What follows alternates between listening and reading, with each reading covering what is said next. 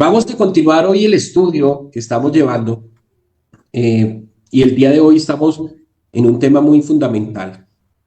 El tema general se llama ¿por qué lo hacemos en su nombre? ¿Por qué lo hacemos en su nombre? Y el propósito de este tema es poder, de cierta manera, entender y comprender por qué nosotros, como Iglesia Linaje, bautizamos en el nombre de Jesús. Hemos estado haciendo un recorrido por la palabra del Señor, hemos estado viendo varios temas, la importancia del nombre, hemos estado viendo diferentes temas fundamentales que cada 8 días nos recordamos, y hace 8 días estuvimos hablando acerca de, empezamos el tema de la unicidad. ¿Recuerdan? Estuvimos hablando primero que Dios es uno, que en el Antiguo Testamento se nos muestra que solo hay un Dios, no se nos muestra una pluralidad de deidades, no se nos muestra un politeísmo en las deidades del Dios de Israel, sino que nos muestra que solo hay un Dios. ¿Y lo recuerdan? Hablamos de muchos textos bíblicos, como el Antiguo Testamento nos habla algo que nosotros lo llamamos el Shema Israel, Adonai, Elohim, Adonai, Echad, que se escucha Israel, el Señor nuestro Dios, el Señor uno es. Hay un solo Dios, y eso nosotros como Iglesia Linaje debemos de tenerlo claro, hay un solo Dios. Igual vimos que en el Antiguo Testamento, en el Nuevo Testamento, la doctrina sigue siendo la misma, no ha cambiado, sigue siendo la misma enseñanza del Antiguo Testamento, porque muchas personas podrían creer que el Nuevo Testamento cambiaría algo, pero realmente no, el Nuevo Testamento como base fundamental tiene el Antiguo Testamento. Luego vimos que Dios es uno, y ese único Dios que tiene características únicas que ya lo habíamos visto antes, que es omnipotente, omnipresente, invisible, es espíritu, ese único Dios es espíritu. Y tocamos varios temas fundamentales, desde Génesis 1:1 en adelante, donde el Espíritu de Dios se movía sobre las aguas, y cómo en el Nuevo Testamento, cuando está Jesús hablando con la mujer samaritana, surge una pregunta acerca de la adoración, si se debía hacer en el templo, si se debía hacer en la montaña, como la costumbre de los samaritanos.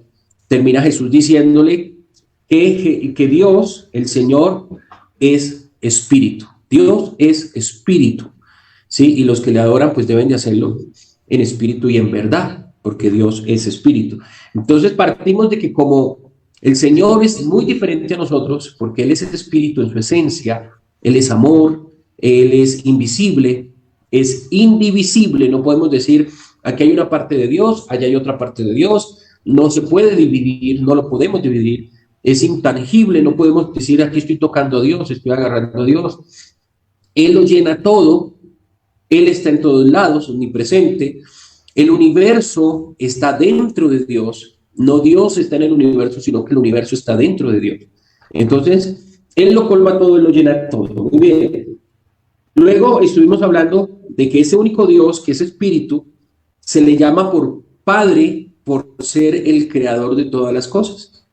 Estuvimos viendo textos bíblicos como en el Antiguo Testamento a Dios se le llama Padre, pero Padre no porque engendró hijos simplemente, sino porque Él es el creador de todas las cosas. Por eso Él es nuestro Padre Celestial. También estuvimos viendo textos bíblicos en el Nuevo Testamento.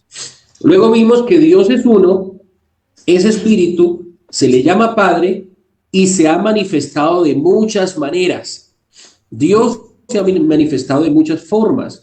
Estuvimos viendo que se le manifestó a Abraham como una voz, ¿sí lo recuerdan? Le habló a Abraham y le dijo, sal de tu tierra y de tu parentela, la tierra que yo te mostraré. Se le manifestó también, se ha manifestado en algo que denominamos una teofanía, que es la manifestación angelical a través de un ángel, ¿sí? Lo que nosotros llamamos el ángel del Señor. También como un varón, cuando se le apareció a Jacob y luchó, como una zarza que ardía y no se consumía. Se le apareció a Moisés como una zarza. Entonces eso son manifestaciones de Dios. Al pueblo de Israel se le manifestó en una columna de nube para protegerlos del sol, y en la noche una columna de fuego para poder protegerlos de las fieras del desierto, para protegerlos del frío del desierto. Entonces fueron manifestaciones de Dios. Era Dios mismo con el pueblo a través de una manifestación. Y hoy vamos a ver la manifestación más grande de Dios. La manifestación más grande de Dios se llama Jesucristo. Jesucristo es la manifestación más grande de Dios. Y veamos Isaías, capítulo 9, verso 6. Por cuestiones de tiempo, pues yo voy a leer los textos bíblicos y por cuestiones de logística también, se los voy a ir leyendo, pero usted apunte las citas bíblicas y léalo en las diferentes versiones, Ya sabemos que utilizamos la PDT, la Reina Valera, usted puede utilizar otras versiones para que pueda comprender un poco mejor lo que quiere decir el texto, ¿ok? Isaías capítulo 9, verso 6 dice: porque nos ha nacido un niño, se nos ha dado un hijo, sobre sus hombros descansa la autoridad y se le ha puesto estos nombres: Hacedor de grandes planes, Dios invencible, Padre eterno, príncipe que trae la paz. Isaías 9:6. Veamos Isaías 7, verso 14. Isaías 7:14. Por tanto, el Señor les dará una señal. Miren, la joven quedará embarazada y dará a luz un hijo, al que llamará Emmanuel. Emmanuel tiene un significado, y Emmanuel significa Dios con nosotros. Dios en medio de nosotros. ¿Ok? Vamos a leer Isaías 49, verso 24 al 26. Isaías 49, verso 49, verso 24 al 26. Dice la palabra del Señor: ¿se le puede quitar el botín a un soldado? ¿Puede un prisionero escapar de un tirano? Puesto esto es lo que el Señor dice: se arrebatarán los prisioneros a los soldados y a los tiranos se les quitará el rescate recibido. Yo mismo me enfrentaré con los que se te enfrenten y salvaré a tus hijos. Haré que tus opresores se coman su propia carne y beban su propia sangre como si fuera vino. Entonces todos sabrán que yo soy el Señor, tu Salvador y Libertador, el Dios Todopoderoso de Jacob. Y aquí empieza algo bien interesante. Estamos viendo en los textos anteriores que el profeta Isaías nos está hablando de que un hijo, un niño nos es nacido y que tiene unos títulos maravillosos, ¿no? Tiene unos nombres, le llaman acá, que son nombres divinos o títulos especiales para ese niño. Entre esos está el Padre Eterno. Ese niño era el Padre Eterno y es algo bien interesante por cómo un niño podría nacer siendo Padre Eterno. Y podría convertirse en padre al futuro si engendrara hijos, pero ser un Padre Eterno es algo bien interesante. Ahora bien, aquí nos está hablando que Dios está con nosotros. Y luego Isaías nos habla de que hay un rescate por unos hijos que están perdidos y que ese rescate lo va a hacer el mismo Señor. Él mismo se va a enfrentar, el único Dios, el único Salvador. Recuerde que hablábamos que anteriormente entre las características de que Dios es el Salvador, Él es el único Salvador. No hay dos Salvadores ni tres Salvadores, hay un solo Salvador. Entonces nosotros nos encontramos acá que ese Dios que es el Salvador iba a enfrentarse directamente para rescatar a sus hijos, ¿ok? Isaías 52, verso 3 al 6, es clave para entender esto, porque necesitamos sacar de la mente dos conceptos interesantes que están hoy en el plano de la teología, y es el concepto de que Jesús es otro Dios diferente al Dios Todopoderoso, al Padre Eterno. Ese concepto hay que arraigarlo, hay que entender muy bien cuál es el papel de Jesús como hombre y quién es Jesús o quién está dentro de Jesús. Es importante entender esa situación. Isaías 52, verso 3 al 6 dice: porque esto es lo que dice el Señor: cuando fueron vendidos, nadie pagó nada por ustedes. Ahora serán liberados sin pagar nada. Porque esto es lo que dice el Señor Dios: en tiempos pasados mi pueblo bajó a Egipto a vivir como extranjero. Asiria también los oprimió sin ningún motivo. Entonces dice el Señor: ahora, ¿con qué me encuentro aquí? con que sin pagar nada se han llevado a mi pueblo y los que lo gobiernan presumen mucho, eso dice el Señor. Todo el día me insultan permanentemente, debido a esto haré que mi pueblo me conozca, por lo tanto ese día seré yo quien les diga, aquí estoy. Ese día el Señor dice, aquí estoy. Está hablando de un día especial, está recordando cómo el pueblo de Israel fue llevado a Egipto cautivo. Recordemos que Egipto es tipo del mundo, Israel es tipo del pueblo de Dios, y cómo el pueblo de Dios fue llevado cautivo. Luego está recordando cómo los asirios oprimieron, ya en la tierra prometida, los oprimieron a ellos y se los llevaron cautivos también a Babilonia y sufrieron toda esa situación. Y el Señor dice, yo me voy a presentar, y voy a decir, he aquí, yo estoy presente, aquí estoy. Está hablando el único Dios que nosotros conocemos, que es de forma espiritual, que es un espíritu. Ahora veamos Isaías 35, verso 4 al 10. Isaías 35, del verso 4 al 10. Dice la palabra del Señor. Díganle a los temerosos, sean fuertes, no teman. Aquí está su Dios. Ya viene la compensación, la retribución de Dios. Él vendrá a rescatarlos. Entonces, esto es clave. Esto es clave. Entonces los ciegos verán y los sordos oirán. Los cojos saltarán como venados y los mudos cantarán de alegría, porque brotará agua en la tierra seca y manantiales en el desierto. La arena ardiente se convertirá en un lago y la tierra seca en fuentes de agua. La guarida de descanso para chacales se convertirá en juncos y cañas. Habrá una carretera que será llamada el camino a la santidad. No será transitada por gente impura, sino por aquellos que siguen el camino de la santidad. Los necios no caminarán por él. Allí no habrá leones, ni se aparecerán las bestias salvajes. No estarán ahí, serán solo para que transite la gente que ha sido rescatada. Los rescatados por el Señor no volverán y entrarán cantando, cantando a Sión. Serán felices eternamente, vivirán, rebosarán de gozos y alegría. La tristeza y los quejidos se alejarán de ellos. Este texto es muy interesante, es maravilloso. 470 años, casi 500 años atrás, antes de que naciera Jesús, antes de que apareciera Jesús en la historia bíblica, el profeta estaba hablando de eso, que el día en que el Señor viniese a rescatarlos, el día que viniera a los temerosos, a los necesitados, le traería una retribución. ¿Y cuál sería la clave? ¿Cómo podrían ellos identificar de que eso estaba sucediendo, que el Señor estaba presente? Bueno, porque los ciegos iban a ver, porque los oídos iban a oír, porque los cojos iban a saltar. ¿Sí? Esto es fundamental. Mire lo que sucede en Mateo capítulo 11. Mateo capítulo 11, del 1 al 5. Cuando Jesús terminó de darles instrucciones a sus 12 seguidores, se fue de ahí a otros pueblos de Galilea a enseñar y anunciar el mensaje. Cuando Juan el Bautista estaba en la cárcel y escuchó lo que hacía el Mesías, le envió un mensaje con sus seguidores. Ellos le preguntaron a Jesús, ¿eres el que iba a venir o debemos esperar a alguien más?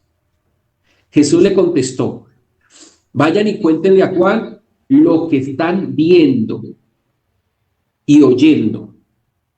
Los ciegos ven, los cojos caminan, los leprosos son sanados, los sordos oyen, los muertos resucitan y a los pobres se les ha anunciado el evangelio o las buenas noticias.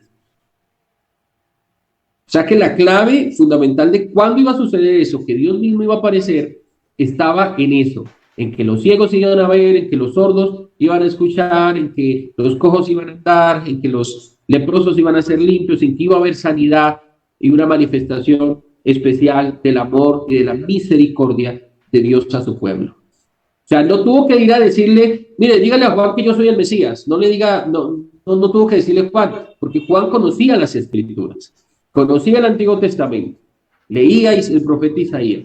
Lo que le dijo, le citó un texto del profeta Isaías, pero no solamente citárselo, sino que le dijo a los discípulos, vaya y cuenten lo que ustedes han visto y lo que ustedes han oído. O sea, no es solamente, vaya, dígale el texto bíblico que le cito, sino que ustedes son testigos de lo que está sucediendo, de lo que se está anunciando. Muy bien. Malaquías capítulo 3, verso 1, dice, el Señor Todopoderoso dice, miren, yo envío a mi mensajero para que me prepare el camino.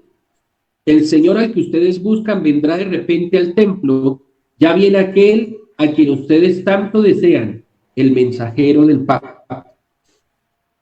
Aquí está hablando de alguien que iba a ser enviado antes para preparar el camino al Señor. La Reina Valera dice, preparar el camino a Jehová. O sea, el camino se iba a preparar para ese único y gran Dios. Veamos lo que dice Isaías 40, verso 3, para complementarlo. Una voz grita, preparen un camino para el Señor en el desierto, háganle a nuestro Dios un camino recto en el desierto. Es una voz que grita en el desierto. ¿Ok? Veamos ahora lo que sucede en el Nuevo Testamento. Estamos haciendo como un paralelo, lo que sucedía, lo que decía el profeta en el Antiguo Testamento y lo que sucede en el Nuevo Testamento.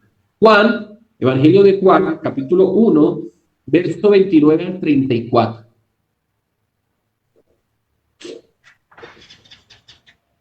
Me gusta verlos tan concentrados ahí. Qué bueno. Juan capítulo 1, verso 29 al 34. Al día siguiente, Juan vio que Jesús venía hacia él y dijo, mira, él es el Cordero de Dios que quita el pecado del mundo. A él me refería cuando dije, hay un hombre que viene después de mí, que es más importante de mí que yo porque existía antes que yo. Yo mismo no lo conocía, pero vine a bautizar con agua, para que así Israel pudiera darse cuenta de quién es él. Entonces Juan dio este testimonio. Yo vi el Espíritu que bajó del cielo en forma de paloma y se colocó sobre él. Yo no lo conocía, pero Dios me envió para que bautizara en agua. Me dijo, tú verás el Espíritu bajar y colocarse en él que bautiza con el Espíritu Santo. Lo he visto y por eso doy testimonio de que este es el Hijo de Dios. Nosotros vemos acá que Jesús da testimonio después de Juan y explica quién es Juan. Pero cuando le preguntan a Juan que si él es el Mesías, le preguntan que si él es un profeta, le preguntan que si él es Elías, la respuesta de Juan es súper sencilla y dice, yo soy una voz que clama en el desierto. Soy la voz que clama en el desierto. Juan fue enviado para preparar el camino de Jesús. Él fue enviado para preparar el camino de aquel que vendría a bautizar en Espíritu Santo y fuego. Y en el Antiguo Testamento se decía que alguien venía a preparar el camino al Señor, al único y sabio Dios. Zacarías capítulo 12, verso 10.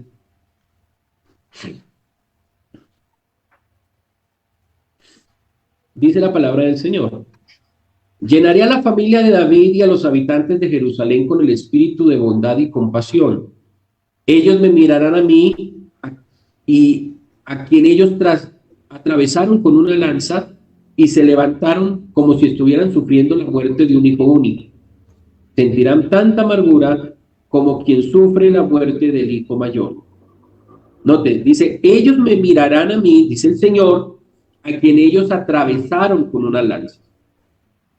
En el Antiguo Testamento Dios mismo le está diciendo, el Señor mismo le está diciendo al pueblo de Israel que ellos lo verán como aquel que atravesaron con una lanza. Veamos Hebreos bueno, yo creo que no es necesario entender que al Señor Jesús, cuando estuvo en la cruz del Calvario, un soldado lo atravesó con una lanza, ¿no? Eso es fácil de comprender. Hebreos capítulo 1, verso 9.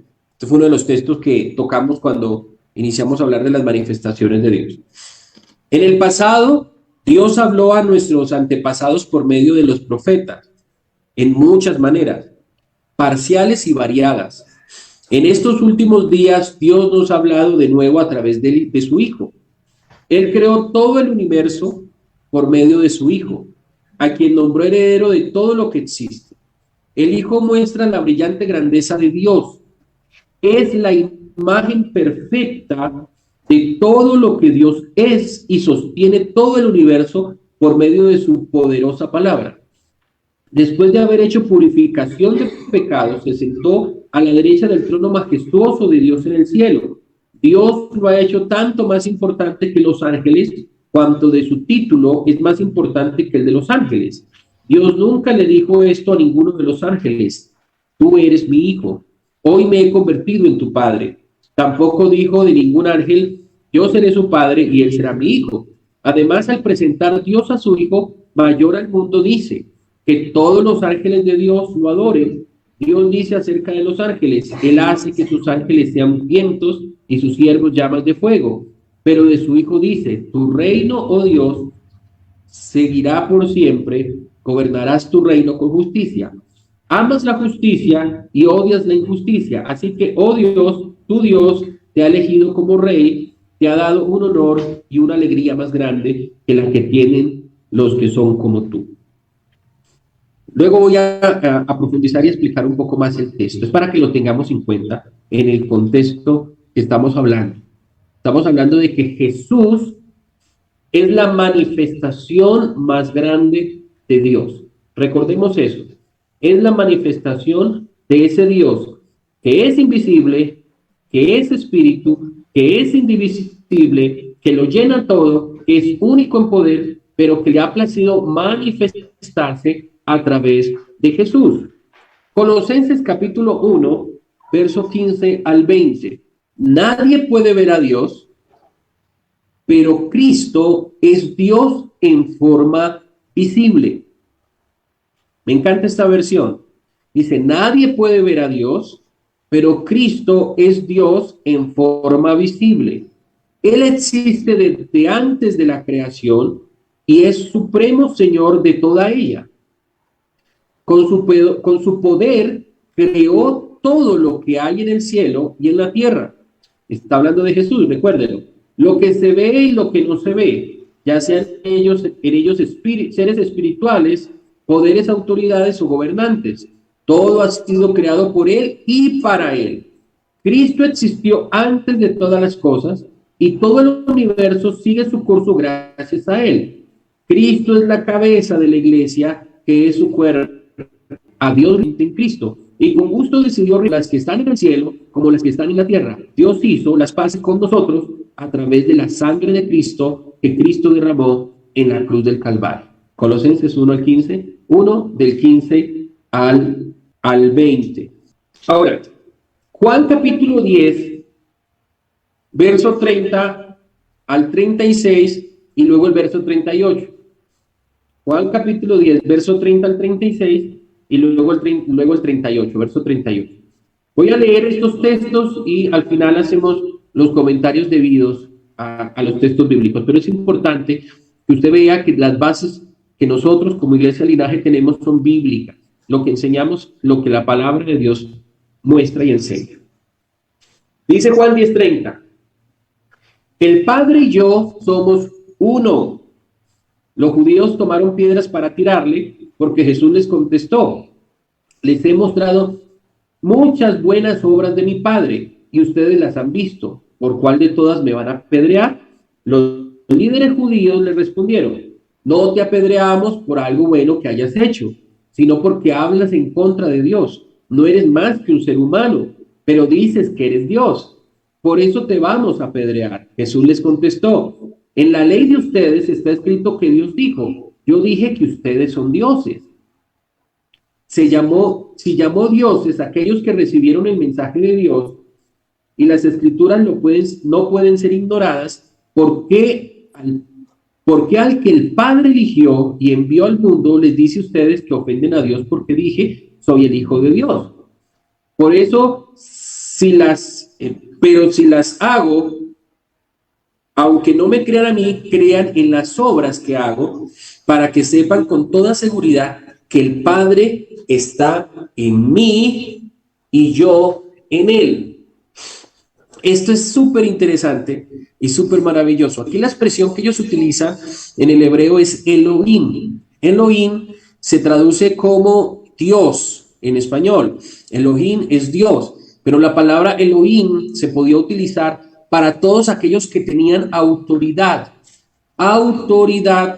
sobre el pueblo, autoridad como un juez, como un rey, ¿sí? La palabra Elohim es un plural majestático, es una manera de determinar varios conceptos de un solo ser, por ejemplo, majestuoso, poderoso, maravilloso, todo eso que le daba majestad a alguien estaba vinculado en una sola palabra que es Elohim. Entonces es la palabra que se utiliza aquí para hablar de Dios. Jesús es Elohim, Él es el Señor que Dios puso como juez de vivos y muertos, ¿ok? Juan capítulo 14, verso 8 al 11, dice, Felipe le dijo, Señor, todo lo que pedimos es que nos muestres al Padre. Jesús le dijo, he estado con ustedes mucho tiempo y todavía no me conoces, Felipe. El que me ha visto a mí, ha visto al Padre. ¿Por qué me pides que le muestres al Padre? ¿Cierto que tú crees que yo estoy en el Padre y el Padre está en mí? Lo que yo les digo, no lo digo por mi propia cuenta. El Padre que está en mí hace sus obras. Créeme cuando les digo que yo estoy en el Padre y el Padre está en mí. O por lo menos créanme por las obras mismas. Tanto tiempo que estás conmigo, Felipe, y no me has visto, no me conoces. Mateo capítulo 11, del 25 al 27. En esta ocasión Jesús dijo, te alabo, Padre, Señor del cielo y de la tierra, porque has escondido estas cosas de los sabios y entendidos y se las has revelado a estos que son como niños. Sí, Padre, porque así te agradó. Mi Padre me ha dado todo. Nadie conoce al Hijo sino el Padre, y nadie conoce al Padre sino el Hijo y aquellos a quienes el Hijo quiera mostrárselo. Aquí vamos a frenar antes de continuar. Solamente nos quedan 2 textos bíblicos más. Pero yo quiero que entendamos lo siguiente. Dios es uno. No hay más que un solo Dios. Si usted se mete en la cabeza que solo hay un Dios, usted no va a tener la idea de que hay varios dioses o que hay una pluralidad de dioses o que hay un politeísmo en la deidad. No, porque tú vas a entender que solo hay un Dios, que ese Dios es espíritu, que ese Dios es único, que las características que tiene ese Dios, lo hace único y especial. Ese Dios se manifestó de muchas maneras, se ha manifestado de muchas formas. Cuando se manifestaba de una forma teofánica, era un ángel el que aparecía, era un varón angelical el que aparecía, pero era Dios el que estaba siendo representado por ese ángel. Era Dios mismo, él hablaba en nombre de Dios, él actuaba en nombre de Dios. Y usted va a ver que las teofanías de Dios, cuando le preguntan a la teofanía de Dios, una cosa era que llegara un ángel como Gabriel a dar una noticia, o como Miguel a pelear por algo, y otra cosa era el ángel del Señor. Era muy diferente, porque cuando se le aparecía el ángel del Señor y de pronto le preguntaban, ¿cómo es tu nombre? ¿Cuál es tu nombre? La respuesta es, ¿por qué preguntas por mi nombre? Si mi nombre es admirable. Y nunca daba a conocer su propio nombre. Y los seres humanos determinaban de que era el ángel del Señor, no era Gabriel, no era ninguno de los ángeles que aparecen en la Biblia, era el ángel del Señor, era la manifestación misma de Dios mismo a través de un ángel. Ahora hay un plano, y es que el Señor mira desde los cielos. En el libro de los Salmos dice que él inclina su rostro para ver a sus hijos, y encuentra que sus hijos están apartados de la verdad, están alejados de la verdad porque el pecado los ha agobiado, porque el Egipto los ha encadenado, porque los asirios los ha presionado. Y él dice, ¿y ahora qué hago yo aquí? Yo tengo que ir a salvar a mi pueblo. Pero Dios, por su majestad, por su poder, por su grandeza, él no puede aparecer delante de nosotros. ¿Sí? Si usted ve lo que le sucedió a Moisés cuando vio las espaldas de Dios, que eso fue una manifestación también, no fue su totalidad o su grandeza de Dios, porque no hay ningún ser humano que pueda ver a Dios cara a cara y viva. No hay ningún ser humano que pueda ver a Dios cara a cara y siga viviendo. Por eso Isaías, cuando se le aparece el Señor en el templo, que él dice, yo vi al Señor, era alto y sublime, La expresión de él dice, ay de mí que soy muerto, ay de mí que me voy a morir. ¿Por qué? Porque Dios es tan santo, Dios es tan puro, Dios es tan poderoso, que nosotros somos simplemente polvo, somos arena delante de Él y moriríamos ante su presencia, porque no somos capaces de ver al Señor, así como no somos capaces de mantener la mirada al mediodía, a mirar fijamente al sol por muchos minutos, porque su poder nos enceguece, mucho más es el poder de Dios. Entonces Dios sabe que no podía manifestarse de esa manera porque no podría salvar a ninguno, todos iban a morir. Por lo tanto, Él hace algo especial. Y Él dice, yo voy a ir, pero voy a ir como un varón de guerra, voy a ir como una persona, voy a ir como un hijo, voy a ir como un hermano de ellos para poder pagar la deuda que tienen con Él mismo. La deuda que el ser humano no la tenía con el diablo, como algunas religiones lo enseñan. La deuda que el ser humano tenía era con Dios mismo, porque pecó contra Dios y necesitaba pagar esa deuda, pero no había ningún ser humano digno. Por eso la paga del pecado es la muerte, y por eso todos morimos. Hasta el día de hoy todos vamos a morir, ¿sí? Porque nosotros los seres humanos no podíamos pagar esa deuda. Pero el Señor dijo, yo voy y pago la deuda por mis hijos.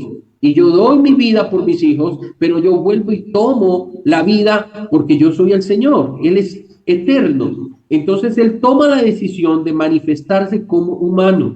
Él toma la decisión de tomar un cuerpo, de buscarse un cuerpo humano, un sacrificio, un cordero de Dios, ¿sí? Y a ese cuerpo humano que eligió se llama Jesús. Ese cuerpo humano que tomó se llama Jesús y se manifestó en Él. ¿Quién estaba en Cristo reconciliando consigo mismo al mundo? Dios estaba en Cristo. Ahora, ¿por qué se dice que Cristo? Es que nosotros malinterpretamos la palabra Cristo creyendo que la palabra Cristo representa a Dios. No, Cristo es el Mesías, el ungido de Dios, el escogido para el sacrificio. Y ese Mesías estaba desde la fundación de la tierra. ¿Y por qué? Porque Cristo es una idea. Juan capítulo 1 dice, en el principio era el verbo era con Dios y el verbo era Dios. Esa palabra verbo que está en griego, en hebreo es dabar. La palabra dabar significa pensamiento, significa propósito, ¿sí? Cristo estaba en la mente de Dios desde antes de la creación del mundo, siempre estuvo en la mente de Dios. Así como nosotros, usted y yo, iglesia del Señor, estábamos desde antes de la fundación del mundo. Usted y yo fuimos escogidos desde antes de que naciéramos. Usted y yo fuimos escogidos desde antes de la creación del mundo. Y no significa que estuviéramos allá con el Señor como ángeles, estuviéramos con Él físicamente. No. ¿Dónde estaba la iglesia antes de la creación del mundo? En la mente de Dios. En el propósito de Dios. En el dabar de Dios. En la idea de Dios. Antes de crearnos, Él ya tenía la idea de crear al ser humano. Pero sabía que el ser humano iba a pecar. Sabía que el ser humano iba a cometer ese grave error que cometieron en el paraíso. Pero por eso, como Él lo sabía, Él ya había tenido previsto con anterioridad.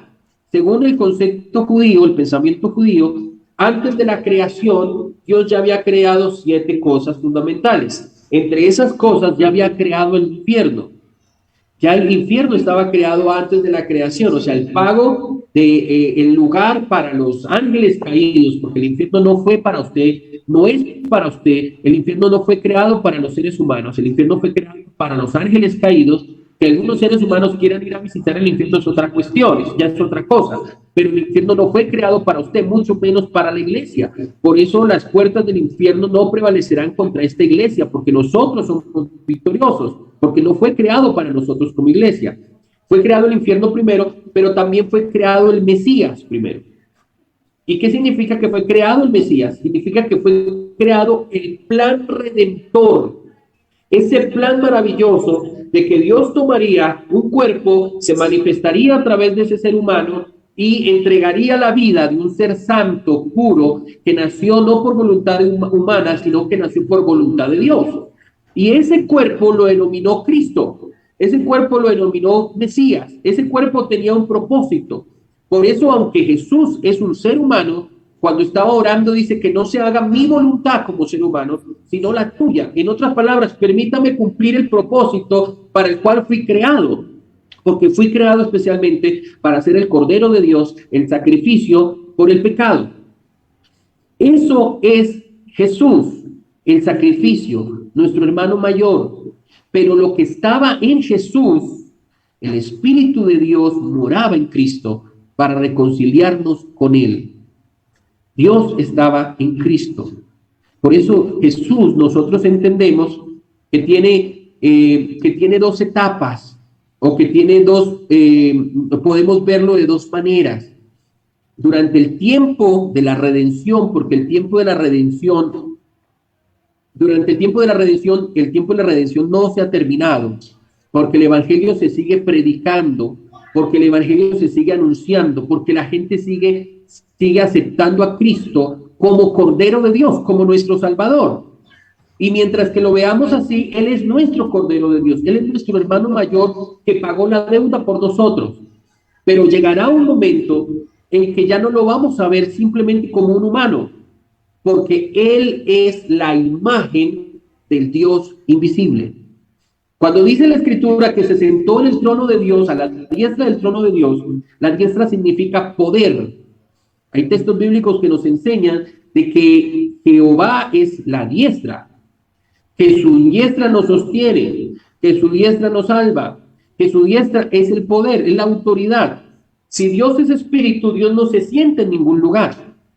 Dios es espíritu, usted no puede decir es que Dios está sentado aquí en este lugar físico, porque Dios nos llena todo, Dios está en todos, pero para poder tener una conexión con nosotros, una unión con nosotros, para que nosotros lo podamos ver, Él tomó un cuerpo y es la imagen de Dios. Jesús es la imagen de Dios. Usted en el cielo no va a ver 2 ni 3 personas diferentes, usted solamente va a ver a uno, que es el Cordero de Dios. Si usted lee Apocalipsis, Juan dice que volteó a ver y vio al Cordero de Dios sentado en el trono, porque solamente hay un ser que podemos ver nosotros, que es la imagen de Dios, que es el Señor Jesús. El Señor Jesús, por ahora, en nuestro periodo, nosotros lo vemos como nuestro Salvador o como nuestro hermano mayor, pero en el reino, Él será el único Dios. Cuando Él establezca su trono, se le llamará Dios con nosotros, Dios en medio de nosotros. No es que sean 2 personas diferentes. Dios solamente, en Dios, por eso se le llama unicidad, solamente hay una persona, que es Jesús, lo humano, lo que Él tomó temporalmente y lo que murió en la cruz del Calvario. Pero eso humano resucitó en un cuerpo glorificado, un cuerpo como será el de nosotros, glorificado el día de la resurrección. Ahora, nosotros debemos de entender que aceptando a Jesús, Jesús nos muestra al Padre. Porque el Padre es invisible. El Padre no lo vamos a poder ver nunca humanamente. Por eso Él dice, el que me ha visto a mí, ha visto al Padre. Porque yo demuestro todo lo que el Padre es. Yo demuestro todo el amor del Padre. Su esencia completa mora en mí, porque soy la imagen de ese Dios invisible. ¿Sí? Por eso nadie puede conocer al Padre sino al que el Hijo quiera darlo a conocer. Usted y yo tenemos que conocer al Padre a través del Hijo. Es a través del Hijo que podemos conocer al Padre. Quítese de la mente cuando yo digo Padre a un ancianito con pelo blanco, con barba, sentado en un lugar y que tiene un hijo al lado. Quítese eso. Eso es una mentalidad religiosa romana, católica romana que nos metieron en la cabeza a nosotros. El Padre es espíritu, no lo podemos ver, no lo podemos contemplar. Para ver al Padre tenemos que contemplar el rostro de Jesús. No hay otra manera. Juan capítulo 1, primera de Juan capítulo 2, verso 23 dice, el que rechaza al Hijo no tiene al Padre, pero el que acepta al Hijo también tiene al Padre. ¿Sabe, mi hermano? Nosotros, por ahí nos dicen algunos que han creído que somos de la denominación de los solo Jesús. Nosotros no somos solo Jesús. Mi hermano, cuando usted le diga que usted es un solo Jesús porque usted se bautiza en el nombre de Jesús, dígale no. Mire lo que dice 1 Juan 2:23, que el que tiene al Hijo también tiene al Padre. Nosotros tenemos al Padre Todopoderoso porque hemos aceptado a su Hijo Jesucristo. Si tenemos al Hijo, tenemos al Padre, porque Él es el Padre eterno. Isaías lo había dicho, el Hijo nos es nacido y será el Padre eterno. Primera de Juan, capítulo 5, verso 12, para terminar ese tema de la manifestación más grande de Dios, que es Jesucristo. Dice, el que tiene al Hijo tiene esa vida, pero el que no tiene al Hijo de Dios no tiene la vida. Nosotros tenemos la vida eterna, mis hermanos, porque tenemos a Jesús. Jesús es la manifestación más grande de Dios. No hay otra manifestación, no hay otro ser. No espere ver a otro Dios allá en el trono. Jesús lo vemos como ser humano en la redención. Él es humano en la redención, porque necesita morir. Es un cuerpo que Dios tomó para hacer el sacrificio. Pero así como es el sacrificio, luego se levantó de los muertos. Él mismo entregó la vida y él mismo la tomó. Y ahora es el juez de vivos y de muertos. Es nuestro Elohim, es nuestro Dios con nosotros. Es la manifestación visible de Dios. No necesitamos a otro, porque si lo tenemos a Él, lo tenemos todo, mi hermano. Si lo tenemos a Jesús, lo tenemos todo. Espero que en esta mañana la palabra del Señor haya nutrido su expectativa, haya nutrido su corazón. Que usted en esta mañana pueda entender que estamos en el lugar correcto, donde aprendemos la palabra del Señor, donde entendemos que hay un solo Dios, que es Espíritu, y que por su gran amor por nosotros se manifestó en carne para entregar la vida de Jesús a nosotros, y que ahora ha resucitado. Ya nosotros no vemos a Jesús como el hombre que nos muestra la religión tradicional, un hombre allá en una cruz del Calvario. No, ya la cruz pasó, ahora es alguien que reina en nosotros. Jesús dijo, ahorita estoy con ustedes físicamente, ustedes me ven, pero ahora, en muy poco tiempo, voy a estar en ustedes, voy a estar en sus corazones. Y esta es la manifestación del Espíritu Santo en nosotros, es la manifestación de Dios con nosotros, porque el Espíritu del Señor, donde está el Espíritu del Señor, hay libertad.